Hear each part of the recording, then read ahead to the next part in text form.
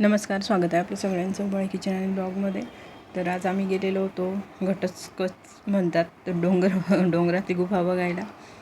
तर विहिरीवर असं झाड होतं आणि पळस असतो, उन्हाळ्यातच फुलतो, त्याला काही पाण्याची वगैरे गरज नसते. बघू शकतो खाली अगदी कोरडं आहे आणि वर पळस असा डेरेदार फुललेला आहे.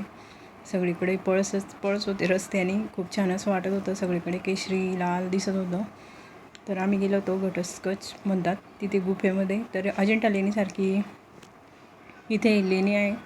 तर ही लेणी प्राकर्षाने अशी काही उजेडात आलेली नाही आहे जास्त, त्यामुळे इथे काही विकास वगैरे झालेला नाही आहे. तर अशा पद्धतीने एवढ्या थोड्याशा पायऱ्या वगैरे त्यांनी बनवलेल्या आहे. त्यानंतर आम्ही इथे गेलो होतो आतमध्ये. तर एकदम डोंगराळ भागात असल्यामुळे जास्त काही तिथे असं जाण्यासाठी वगैरे काही पर्यटक येत नाही, पण आम्ही ऐकून होतो की आहे तिथे डोंगरामध्ये, म्हणून आम्ही गेलो होतो. तर प्रथमच्या पप्पांना जायचं होतं कधीपासून की तिकडे जरंडी गावाजवळ आहे म्हणून, पण जरंडीपासूनही खूप लांब आहे ते, रस्त्याने गेलं तर. आणि जरंडीच्या डोंगरातून जरी गेलं तरी जवळपास 2 तास लागतात म्हणे चालत जायला डोंगर चढून. तर इथे अशी गुफा होती. तर अजिंठा लेणीसारखीच इथे कोरलेली गुफा पण.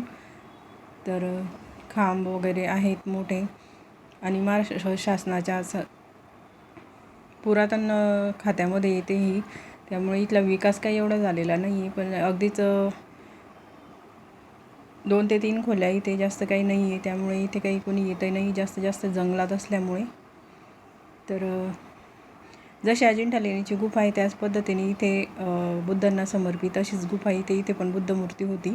आणि पाण्याचं तळं वगैरेही आहे, जसं आपण अजिंठा लेणीला बघतो अशा खिडक्या वगैरे त्यांनी बनवलेल्या आहे.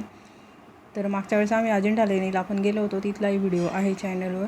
तर थोड्याशा खिडक्या वगैरे आहे, पण एकटं माणूस यायचं म्हणजे इथे भीती वाटते एकट्यांना. तर येऊ शकत नाही एकटं असं एवढ्या जंगलामध्ये. आणि इथे पावसाळ्यात यायची खूप मजा असेल, कारण पावसाळ्यात सगळीकडे हिरवळ, डोंगर आणि डोंगराच्या आतमध्येही लेणी बनवलेली.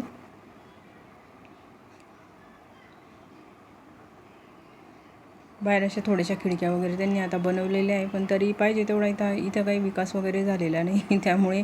आणि खूप जंगल भागात येते, त्यामुळे कोणी एवढं बघतही नाही इथे.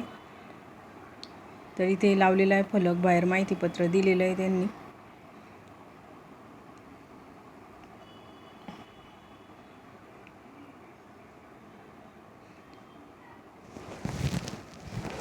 हे माहितीपत्र वाचून घेतलं आम्ही. त्यानंतर मग बघितलं तर बाजूला बघू शकतो आपण सगळं डोंगरच डोंगर आहे. आणि पावसाळ्यात जर आलं तर सगळीकडे धबधबे वगैरे असतील.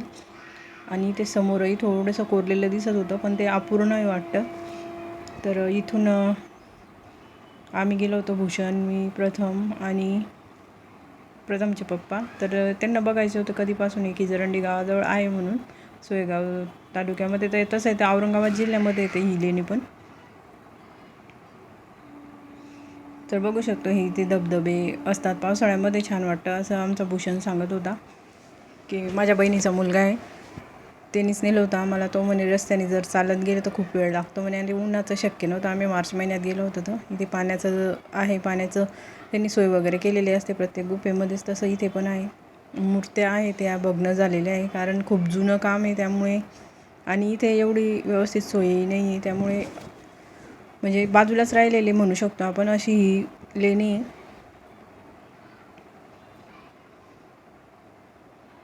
एवढ्या 3 खोल्या आहे इथे, एवढ्या बघू शकतो आपण.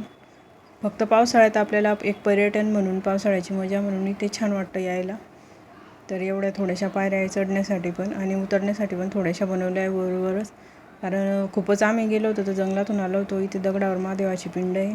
आणि हे ते झाडं आहे की जे बिचारे उन्हाळ्यातही येतातच, यांना काही पाणी वगैरे लागत नाही यांना आणि पळसाच्या झाडांना. तर यूट्यूबवर खूप फेमस झालेले याची औषधे काहीतरी आता म्हणून. तर सगळीकडे रखरखतं ऊन होतं आणि त्यामध्ये आम्ही गेलो होतो लेणी बघायला.